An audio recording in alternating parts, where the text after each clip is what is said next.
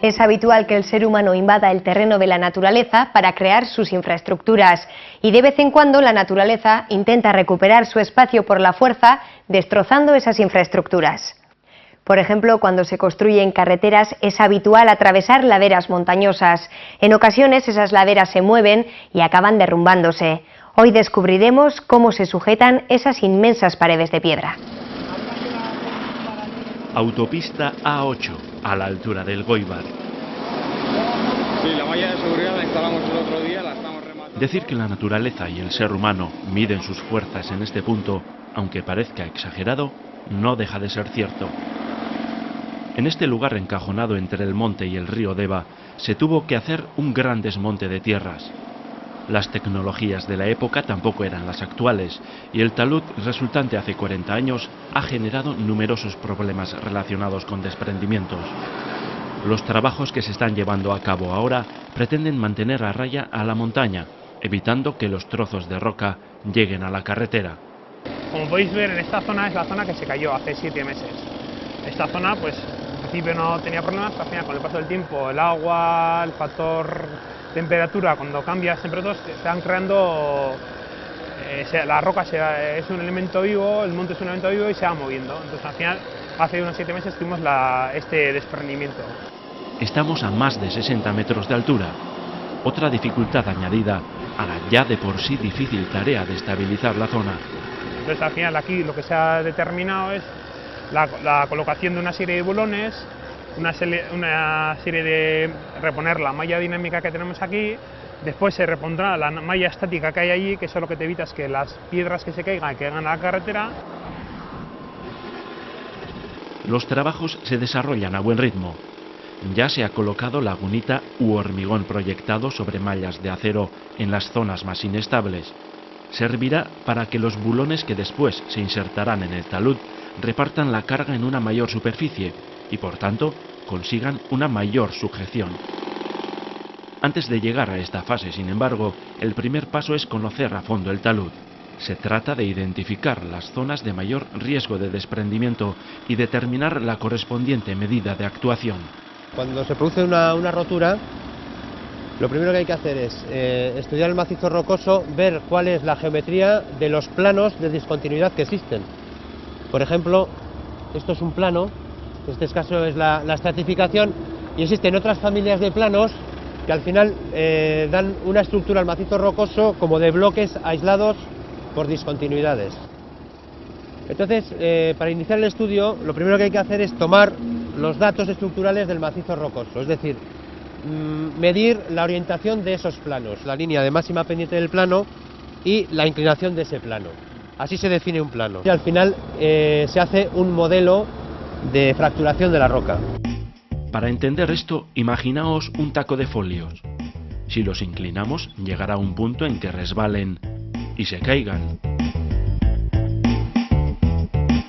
Arratsaldeon bai, istripua gertatuta 6 ordura oraindik ere azortzia itxita dago.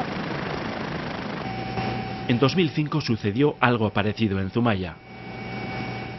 Pero tampoco es tan sencillo. Hay que tener en cuenta muchos factores: el peso, la continuidad y el desarrollo de los planos, el espaciado, la superficie, si es ondulada o rugosa, o si presenta rellenos arcillosos, y demás factores externos, como la lluvia o la temperatura. Con todo, el análisis del talud resultará en un modelo de fracturación que identifica los bloques o cuñas con riesgo de movimiento. Este riesgo se recoge en el factor de seguridad. Una vez que conocemos la tipología de la inestabilidad, es decir, se produce un bloque, una cuña, qué inclinación tiene ese bloque, lo que hacemos es meter una nueva fuerza que interviene, que es la fuerza de anclaje, de tal forma que al final la suma o el conjunto de las fuerzas da un factor de seguridad que es el que queremos, 1,5 en este caso. Todos estos cálculos indican la cantidad y longitud de bulones necesaria, la fuerza con que tienen que actuar y dónde tienen que ser insertados. Bueno, esto que tenéis aquí es un anclaje, es un bulón de barra. Hay diferentes tipos de anclajes, que es lo que al final colocas dentro del talud para sostenerlo, vamos. Y esto que tenemos aquí pues son los anclajes diseñados para esta obra.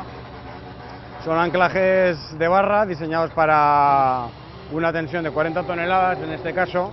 Si quieres más capacidad tienes que pasar a otro tipo de anclajes superiores, son los de cable. Con cable sí, pues 40 metros, 50 metros, son longitudes ya muy extremas, vamos. Todos los bulones están protegidos contra la corrosión con una capa de grasa interior y una funda de PVC en el exterior. A través de este tubo adosado se inyectará el mortero que anclará la punta al talud. Se inyectará con mortero y después ya se le dará la tensión al bulón para que ya ejerza la fuerza de sostenimiento sobre el talud. Como si metes la barra, le das tensión y lo que hace es empujar la roca para evitar que el propio peso de la roca caiga. En total se utilizarán 296 bulones. La longitud varía entre los 6 y los 18 metros. La longitud depende de la profundidad a la que está el plano de fricción, es decir, el punto donde puede resbalar el bloque. Es tras ese plano donde tiene que hacer fuerza la sujeción. El trabajo de insertarlos en su correspondiente agujero es laborioso, y no solo por su longitud.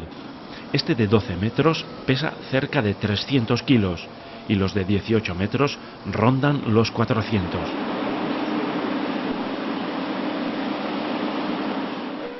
Los bulones se tensan según los cálculos que arroja el análisis estructural y luego hay que sujetarlos. Sobre estos cubos de hormigón y mediante tuercas se fijan los bulones, cada uno con su determinada tensión. El trabajo no termina con la colocación de los bulones. Hay que poner una malla de seguridad dinámica. Una parecida a esta cubierta de maleza recogió las rocas del desprendimiento de hace 7 meses. Este tipo de mallas es capaz de interceptar rocas de hasta 16 toneladas. Esta tecnología viene de Suiza.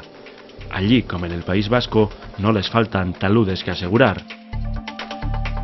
Para terminar la obra se colocará una pantalla protectora para que las piedras pequeñas no lleguen a la carretera. Bulones, mallas, pantallas. ¿Problema solucionado? O sea, no existe riesgo cero, pues siempre se calcula con un margen de seguridad. No es igual hacer en Castilla una carretera que es todo llano, que no necesitas ningún tipo de sostenimiento, que aquí. Y aquí, como tenemos unos taludes importantes, pues evidentemente no puedes aquí tender. Tienes dos opciones, o tiendes el talud para evitar que hayas caídas, pero claro, si tendemos talud, pues dejamos Guipúzcoa y Euskadi a cota cero. Al final lo importante es asegurar la seguridad en la carretera. Y es que nunca se puede saber lo que va a caer del cielo.